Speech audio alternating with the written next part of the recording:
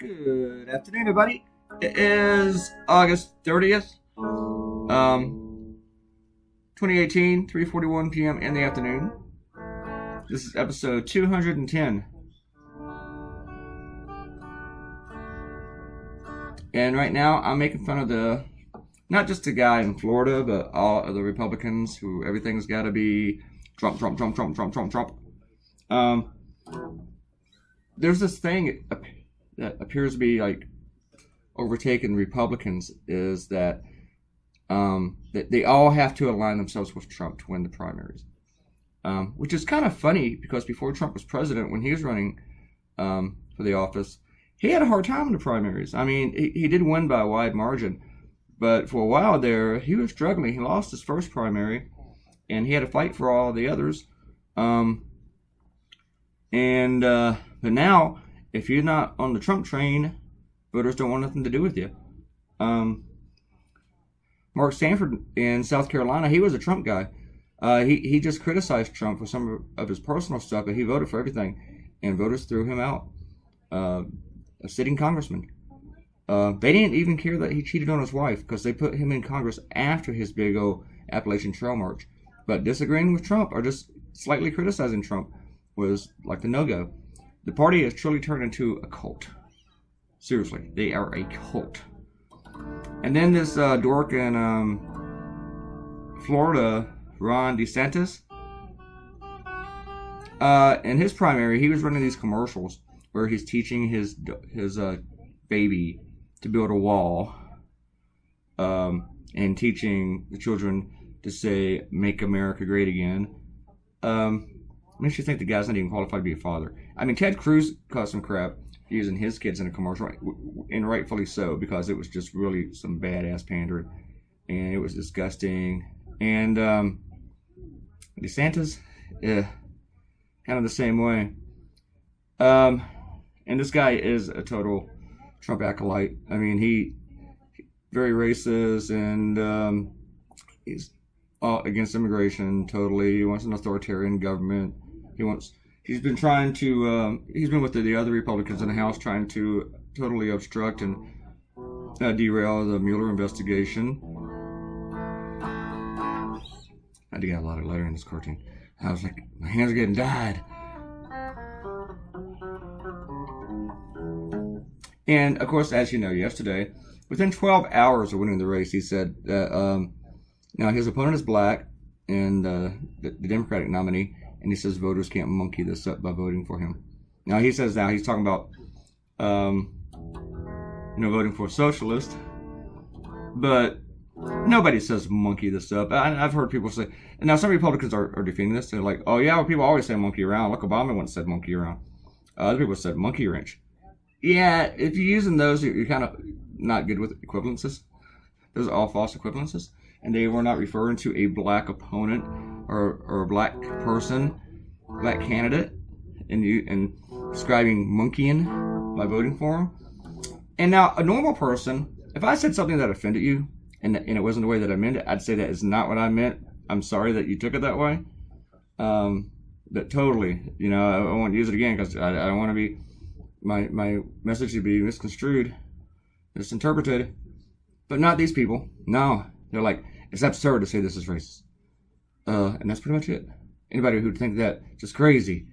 But nope, no apology. Nothing along those lines at all, which is very Trumpian. So the guy is a Trump apprentice. And the reason that they don't apologize is, or just say, gee, I'm so sorry, because that's a sign of weakness, which their voters don't want.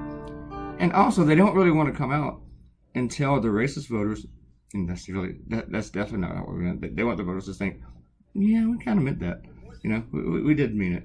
We're not going to shy away from racial slurs. We're going to say it wasn't a racial slur, but we're not going to really strongly deny it. We're going to let it hang out there because that's what they go for.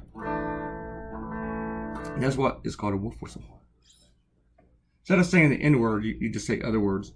The entire thing that Republicans used to run on, or still do, oh, everybody's on welfare, means black. We had to get all these people off welfare, means black. I started this cartoon yesterday, kind of early-ish in the day for me. about 3. And I had a friend coming over to see me for something. And so that really, really prolonged me drawing because I kept waiting on her to show up. And she's supposed to be here at 3:30. And she finally got here about 4:45. And it was like, do I want to take the next step in this cartoon? I'm like at the stopping point.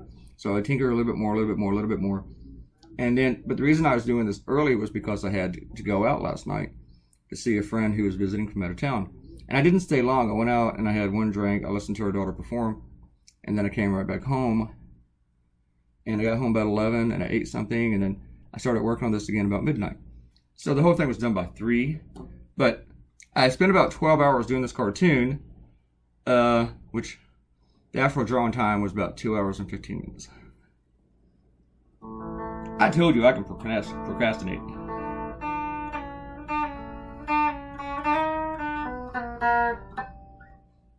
Today's guitar is a Telecaster going into my box.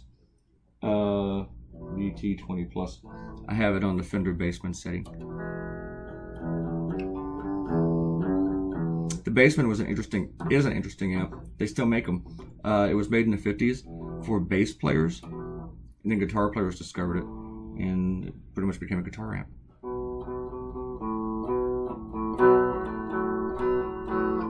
And even Marshalls were based off of them. So just everybody liked the Fender Bassman.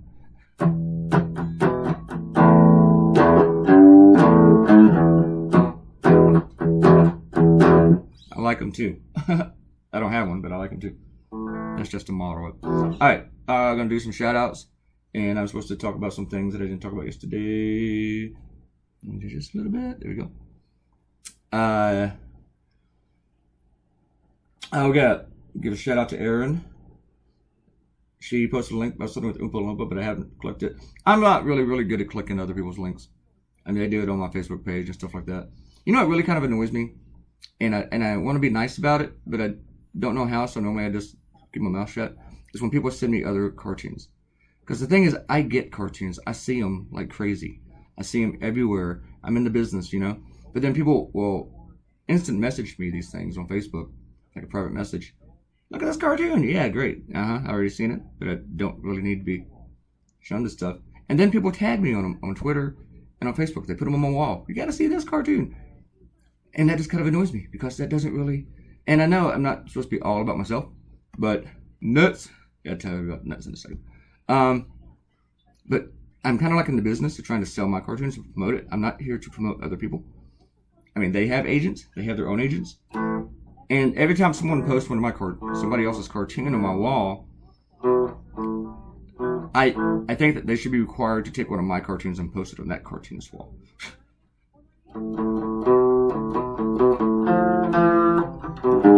That's just a personal little beef. Anyway, but then I also have these people. There's a couple in general where they send me links all day long through instant message, and I never reply to any of them. But they always send me this stuff as if I'm an activist or something, and I never click them. I just don't. Yeah, because it's just too many. I don't have time to respond to every single instant message. All right.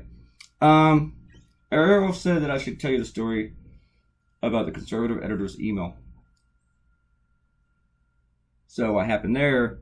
I send out these proposals not every day. I try. I update the list every day.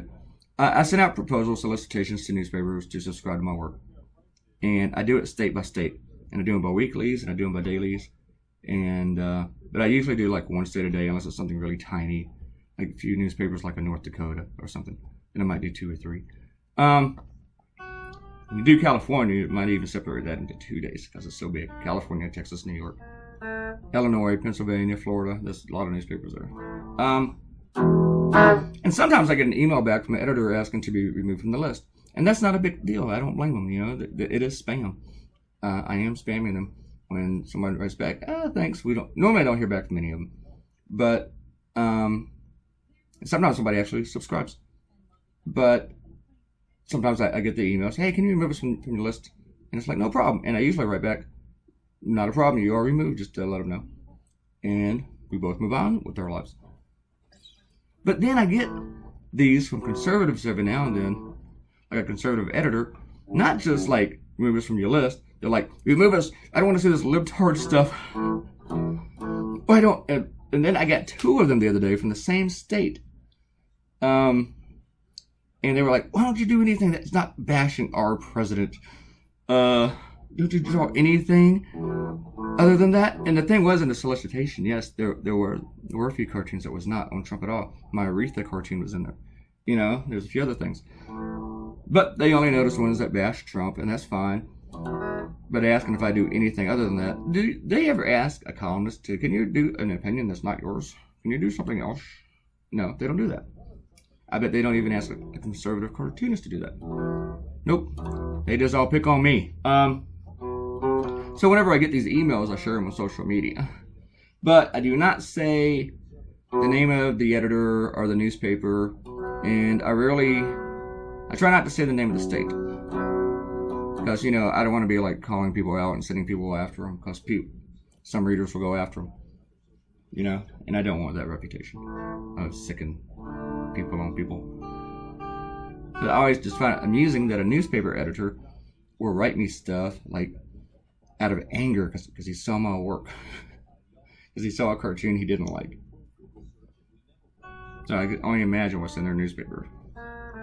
I imagine that newspaper's not turning up in the Google search, you know, for Trump.